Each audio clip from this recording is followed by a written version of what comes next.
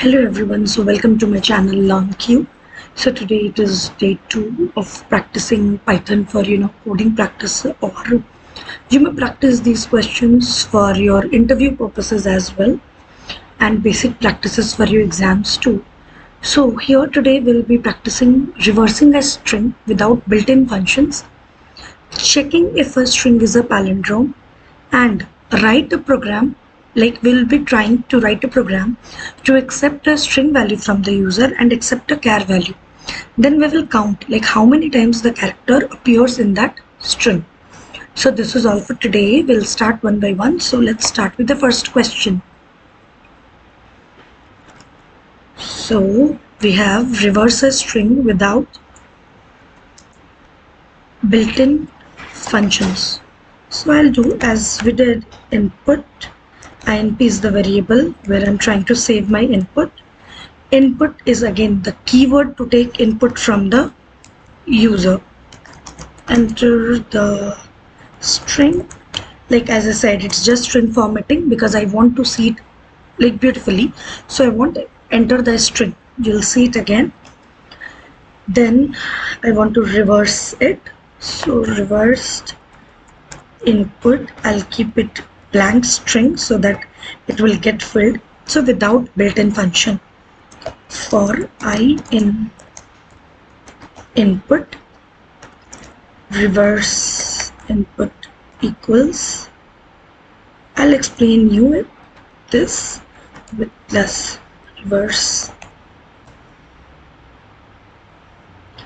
input will print here reverse input. Let's see what happens. Here it's running. Meanwhile the cell is running. Sometimes sheets get stuck, so I'll just wait for it. Okay, this is a common issue that you may also encounter. What you may do here is, I see my main Jupyter file is closed. Maybe that could be the reason.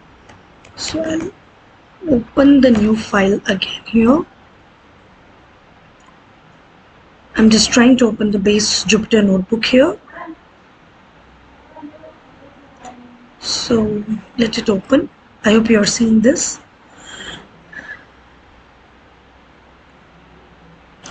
See, I have organized my section.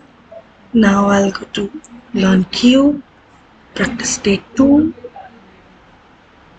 Let me see if it opens. I'll just kill that page. I'll start it.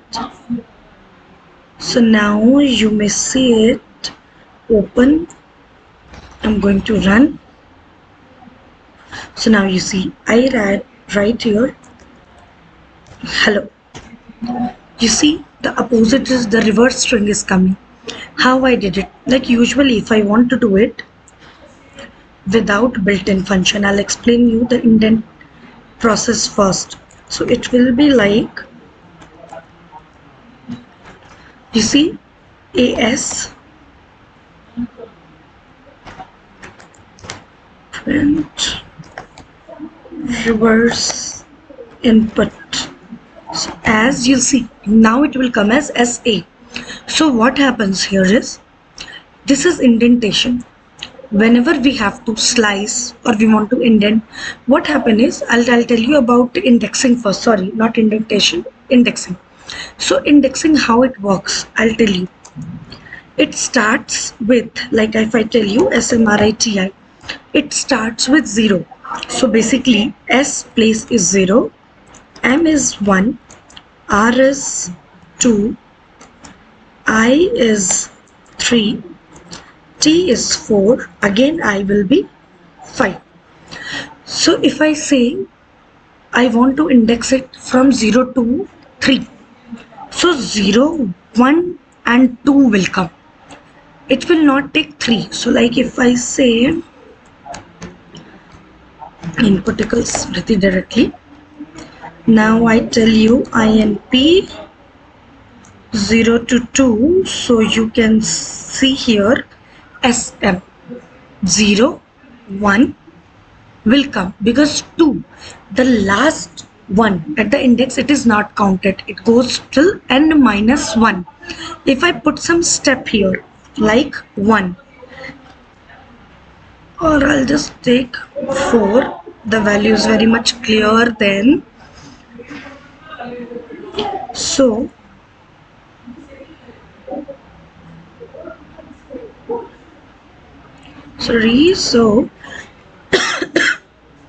it will come as SMRI. What?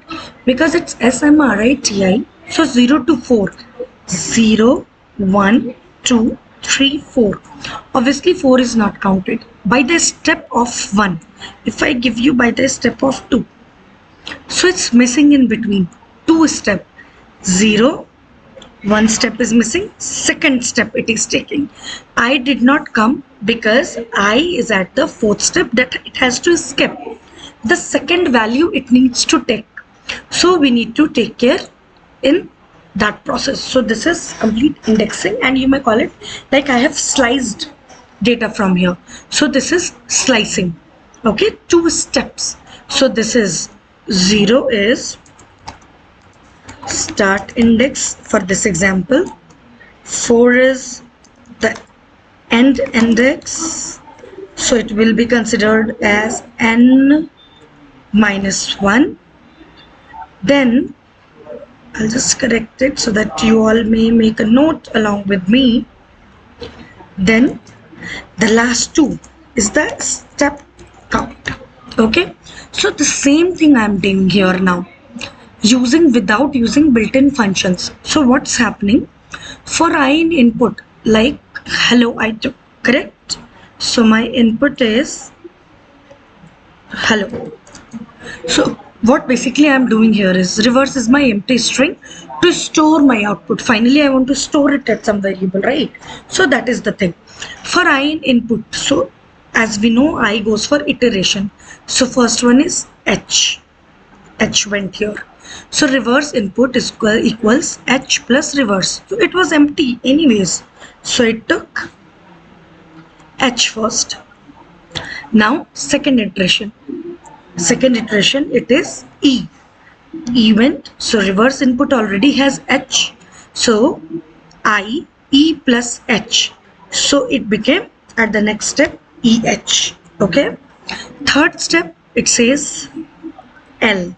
So we already had EH here. So L plus EH. It became LEH. Now let's go to fourth. Fourth again it is L.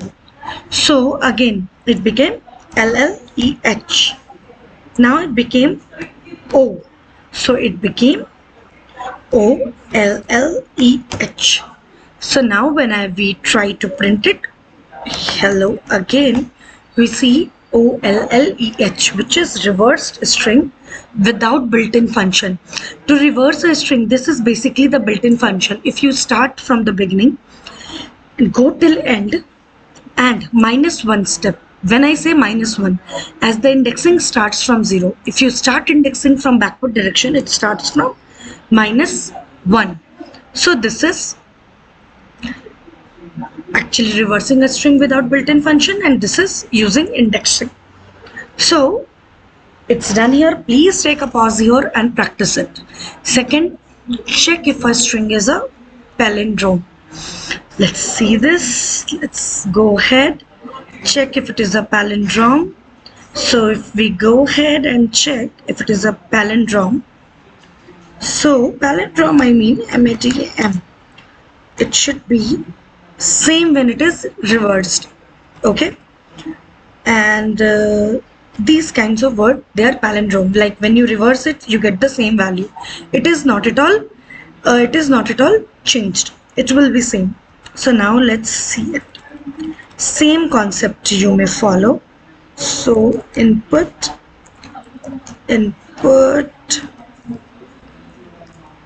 enter the string. Now you can see, I'll say input 1 because I want to match. If in INP 1 equals INP, it means it is a palindrome, right? So for I in input, INP 1 sorry, I in input inp1 is equal to I plus inp1, correct? If inp1 equals inp, please print it is a palindrome, else print it is not a palindrome. Okay, let's do it. Okay, let me see. This way you can, basically debug your codes. So let me see where I made mistake. Check if I string is. Oh, this itself is a problem. This is not a code. It's taking it as a code. So I'll enter madam only. It is a palindrome. Hello, it is not, because it is not being equal to its reverse. That is why. So any word, if you reverse it and if it still gives you the same value, it becomes a palindrome. Good. For one more example, for dad. Okay, so it is a palindrome. So let's go ahead. Please guys, take a pause and practice. It will help you. And when you practice, no, please practice it like in a way I am telling you, like you write after every iteration what is your output. Make a chain kind of thing. In this way, the logic will start getting built in your mind, and slowly and consequently, you would be able to master this technique. And we can go to, or you may go to next level. Okay, I'll just show you the question here. So basically, what my question says here, I want to write a program to accept a string value from the user. So obviously, I'm going to take input. It will be enter the string again because I want to enter the value and accept a char value also from the user. So char equals again input, enter the char value. Okay, so if you see this, what I want to count, key how many times the character this char have appeared in INP. Example, if I say India, I appears twice, but once in uppercase, once in lowercase, right? And it's said count is not case sensitive. So if I say I, but Python is. So if I give it smaller I, it will just count 1. If I give it upper I, it will count 1. So I have to work on it. Let's see. First of all, to store count, I'll start the counter as 0. Okay? Because I have to store the count. So for I in INP, again, I've started iteration over my input, and then I see if char equals to I, or I can see anyways it's fine. If I equals char, what I'll do, I'll increase the counter by 1.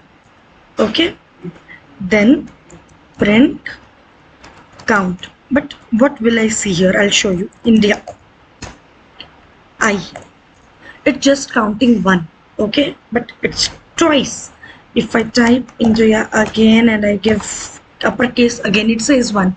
But I've told already it should not be case sensitive. So I'll use a keyword I dot lower. So whatever value comes as I in the input, like I said India, so it will first convert it to lower, then it will compare. So what would happen, whatever form you enter, like this again, it will always take as 2. Now I enter India again with uppercase I, because uppercase I is not at all present because we are comparing it with lower. So I'll always get values in lowercase here. So again I do Smriti, I enter T1. So yes guys, this is all for today. So we have practiced here reversing a string without built-in functions, and I have a bit of indexing also I have taught you, and slicing. Like with built-in functions, how can you reverse your string? Then checking if a string is a palindrome. It looks, very tough when you hear the for palindrome. What is palindrome? But this is a basic, the same theory we use there, the same concept, and you were able to solve it. Then to check whether a character is existing there or not. So basically, we are learning to iterate over loops, indexing, counting, setting up a counter. So please go and practice, and this is all for today. All the best. Keep learning, and please let me know if you have any doubts. Please feel free to comment. Thank you.